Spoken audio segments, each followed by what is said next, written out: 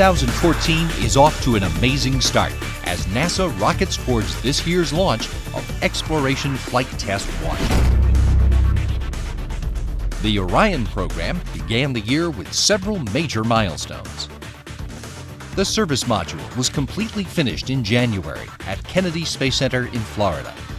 The service module is the part of the spacecraft that contains all of the structural elements, spacecraft adapter, payload fairings, and crew module separation systems the EFT-1 capsule needs to conduct its high-altitude orbital testing.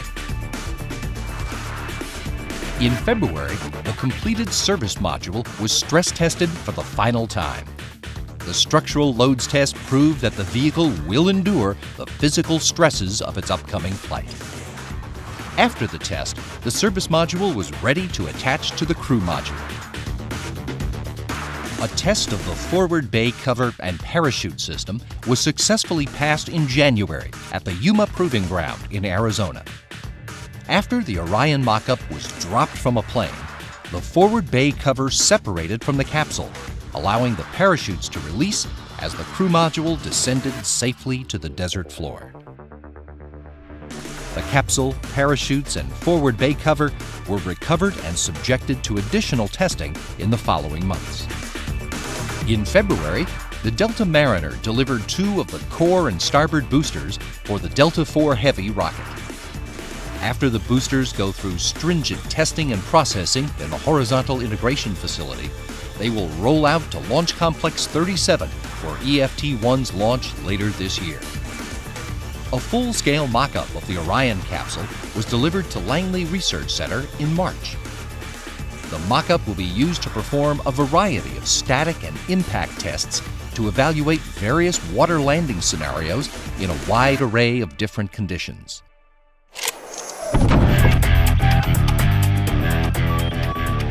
At NASA's Kennedy Space Center in Florida, upgrades and modernization of the multi-payload processing facility continue as the building is ready for Orion processing support.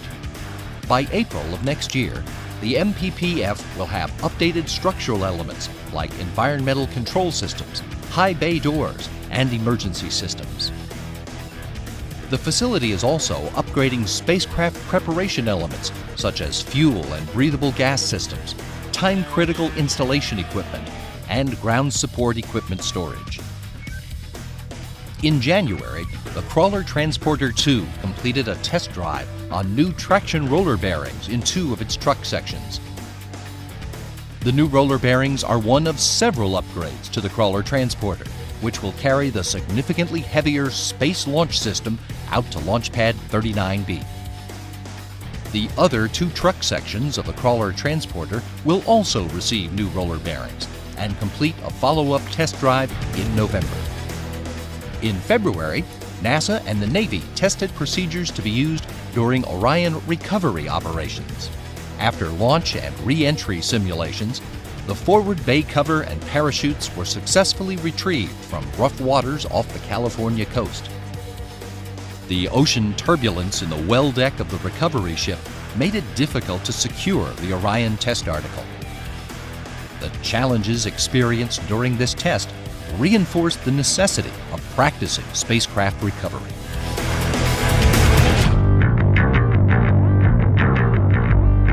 The circumferential dome weld tool produced a second liquid oxygen tank confidence article at the Michoud Assembly Facility. The confidence tank verified that the weld tool is capable of producing the core stage tank up to the exacting standards the Space Launch System will require. A composite cryotank for liquid hydrogen was also produced and delivered to Marshall Space Flight Center aboard NASA's Super Guppy cargo plane in March. The advanced composite cryotank, which could benefit many of NASA's deep space exploration spacecraft, will undergo a series of structural pressure tests later this year.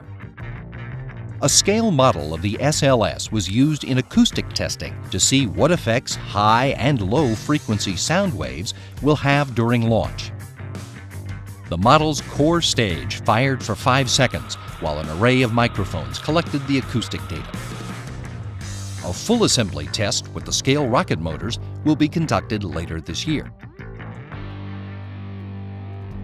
In March, NASA Administrator Charles Bolden visited Marshall after the software integration team powered up the flight avionics, which includes hardware, software, and operating systems for Space Launch System.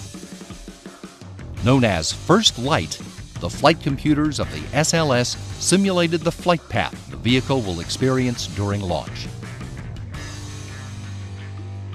NASA's Exploration Systems Development Division is flying through production, testing, and launch, as 2014 promises to be one of the most productive and exciting years in recent space history.